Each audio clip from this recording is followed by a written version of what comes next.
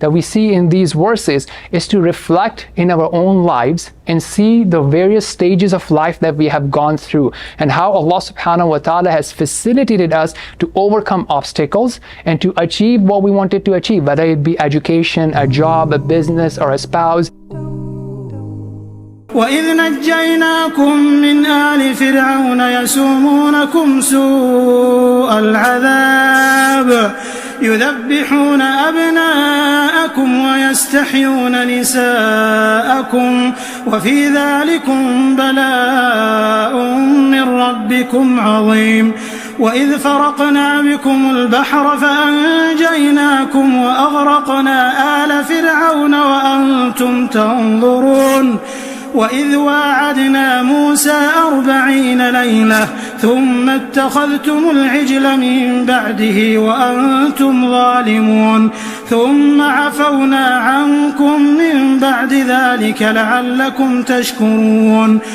Why does Allah need me to worship Him? This is a very common misconception. Many of us think and act and talk as if we are doing something for Allah, as if we are helping Allah subhanahu wa ta'ala with something. That is absolutely nonsense. And today we'll get this clarification in our episode number 20th. So here we learn that when we do not follow the commands of Allah subhanahu wa ta'ala, when we do not do what we are supposed to be doing, first and foremost, we are being ungrateful by you and not using what Allah has given us to obey Him and to live a prosperous life, to become a better version of ourselves, to show our gratitude and bring goodness and peace and harmony in not in only our lives but in the lives of people around us. So first and foremost, this is the guidance, this is the set of values, a system, a legal system that will help us prosper and flourish. It's not to help Allah subhanahu wa ta'ala.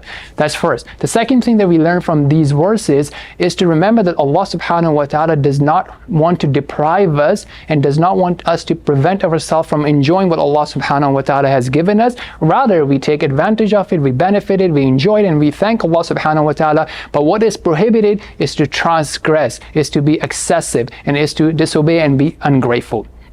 The third thing that we learn in these verses is the importance of the book. The book that Allah subhanahu wa ta'ala has given us, the Quran and the Sunnah, is not to put it on the shelf, is not to just recite it and just to memorize it, but rather to take it as a criteria of how we do the right versus the wrong. So many people have different criteria in life. Oh, am I following this diet or not? Am I following this entrepreneur routine or not? But what about the book, the guidance from Allah subhanahu wa ta'ala? Do we think how compliant we are or not? So this is the primary purpose, as Allah subhanahu wa ta'ala tells us in these verses, that it is al-Furqan, the criterion to judge the right from the wrong. So are we doing it or not? The fourth thing that we see in these verses is to reflect in our own lives and see the various stages of life that we have gone through and how Allah subhanahu wa ta'ala has facilitated us to overcome obstacles and to achieve what we wanted to achieve, whether it be education, a job, a business, or a spouse, or children, or whatever it is, or